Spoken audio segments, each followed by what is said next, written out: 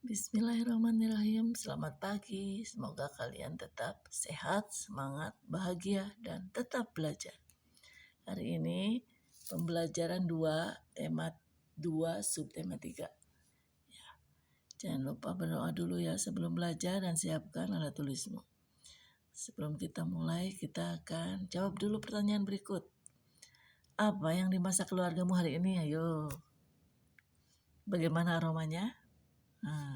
Apa kamu ikut bantu menyiapkan makanan di rumah? Ya, tulis jawabanmu di buku tugasmu. Kemudian perhatikan infografis berikut ini. Infografis ini adalah sebuah informasi yang berupa rangkaian gambar-gambar ya, yang ada tulisannya seperti ini. Infografis atau infografik ya. Ini adalah kacang kedelai. Kemudian dibersihkan, direndam selama 1 hari, 1 malam ya. Setelah itu dikupas kulitnya, kemudian dicuci, lalu dikukus selama 1 jam, kemudian didinginkan, lalu dicampur dengan ragi tempe. Setelah itu dicetak atau dibungkus dengan plastik, atau bisa juga dengan daun ya, seperti di warung-warung yang ada di dekat rumah kita. Kemudian difermentasi selama 1 malam yang didiamkan. Lalu setelah itu dibuka dan diletakkan di rak-rak ya, di atas rak. Kemudian didiamkan selama 1 malam.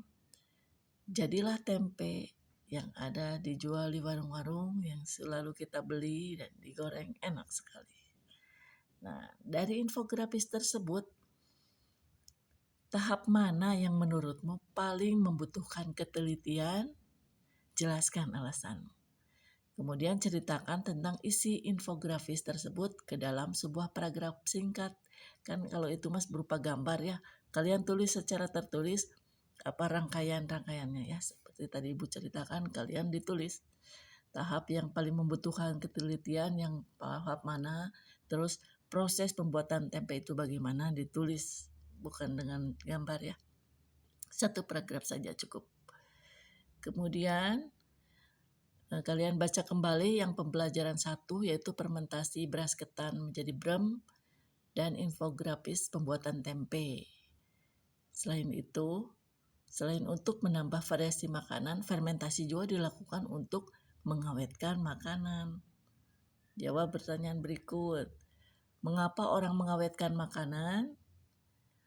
2. Mengapa cara pengawetan makanan beragam di tiap daerah? Yang ketiga, apa yang terjadi jika makanan tidak diawetkan? Sebutkan 3 akibat yang akan terjadi.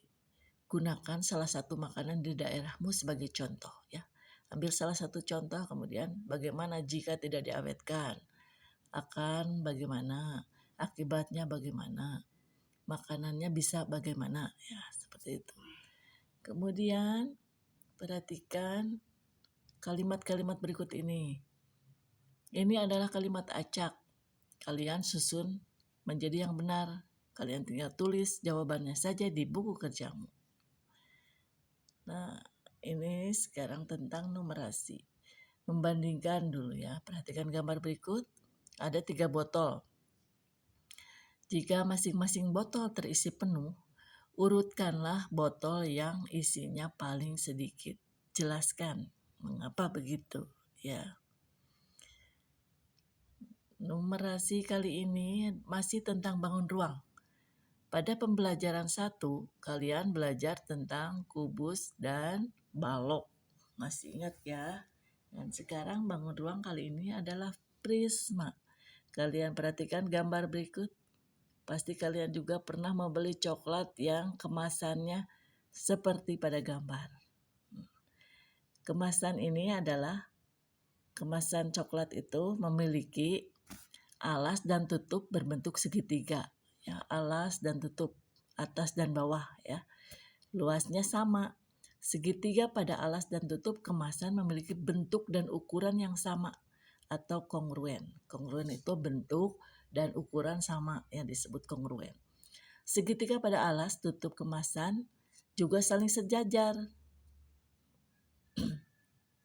Mengapa alas dan tutupnya bisa sejajar dan kongruen?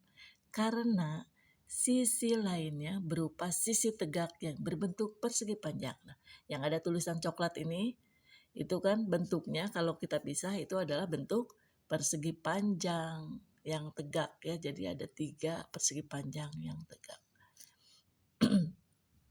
Jadi kemasan coklat tersebut disebutnya prisma segitiga karena alas dan atasnya berbentuk segitiga.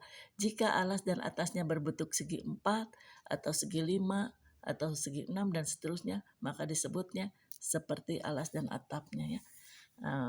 Prisma segi 5, prisma segi 4, prisma segi 8 dan seterusnya.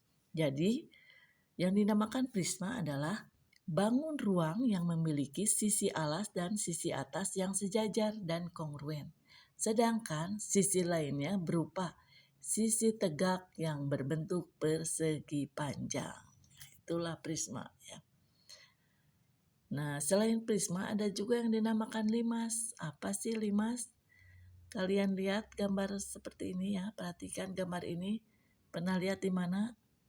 Ya, di televisi tentunya ya. Kalau kalian pernah ke Mesir pasti lihat langsung, tapi kalau yang belum pernah pasti pernah lihat di televisi, di TV, di YouTube ya.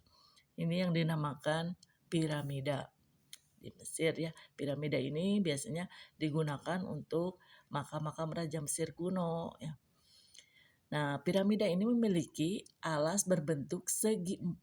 Sedangkan bidang tegaknya berbentuk segitiga yang berpotongan di satu titik. Nah, segitiga ya pinggirnya tuh. Ini ada titik di atasnya atau puncaknya ya. Piramida termasuk contoh bangun ruang yang berbentuk limas. Kenapa limas? Karena mempunyai titik puncak atau ada titik di atasnya ya. Limas ini, penamaan ini disesuaikan dengan bentuk alasnya karena piramida tersebut alasnya segi 4, maka disebutnya limas segi 4. Jika alasnya segitiga, maka limas segitiga.